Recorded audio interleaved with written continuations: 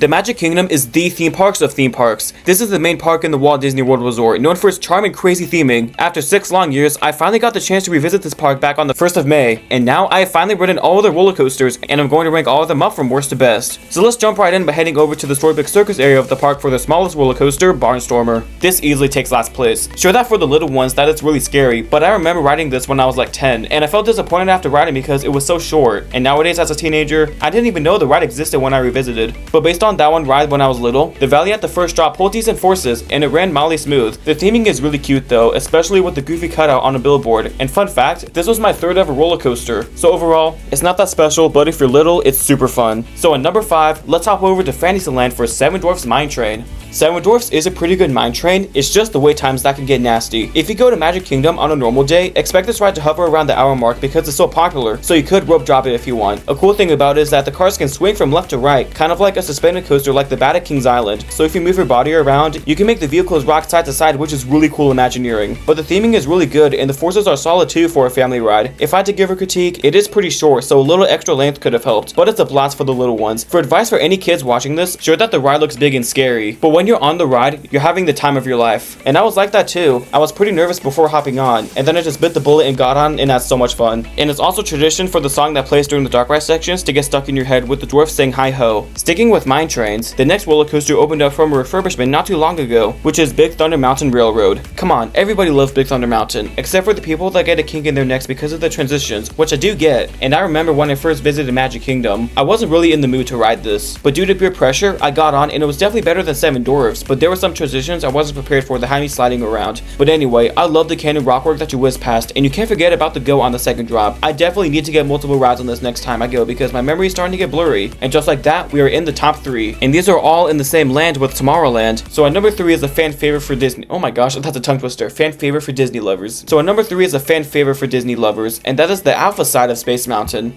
If you didn't know, there are actually 2 different roller coasters in the Space Mountain building, so it's not just one big ride. There's the Alpha side and the Omega side, but the Alpha side is the less intense side. There isn't any airtime on it compared to the Omega side where there's actually some good pops, but both sides have something in common. They're both very janky, so if you're a bit on the older side, definitely make this a skip when you visit Magic Kingdom. And when you ride it for the first time, it feels like you're going way faster than the actual speed, which is 27 miles an hour. Yeah, 10-year-old me could not comprehend that. It felt like you're going 50 miles an hour, and that's because there's air vents on the ride vehicles that mess with your brain, which is pretty cool Imagineering. Overall, I loved it and wanted to go so many times. So at the next spot, it's kind of obvious. It's the Omega side of Space Mountain. So this is the more intense side of Space Mountain, and this one actually gives airtime. This was the side that I rode back in May, and I forgot how fast it was. The turns reminded me of a Wild Mouse coaster, and with the darkness just adds another level of thrill, and with the minimalistic restraints, it makes it even better. So if you had to pick one side to ride on Space Mountain, this is the one to ride. It's not that different from the other side, this one just has some good pops of airtime. So now we have one last roller coaster left, and it's pretty obvious. The number 1 spot goes to Tron Light Cycle Run.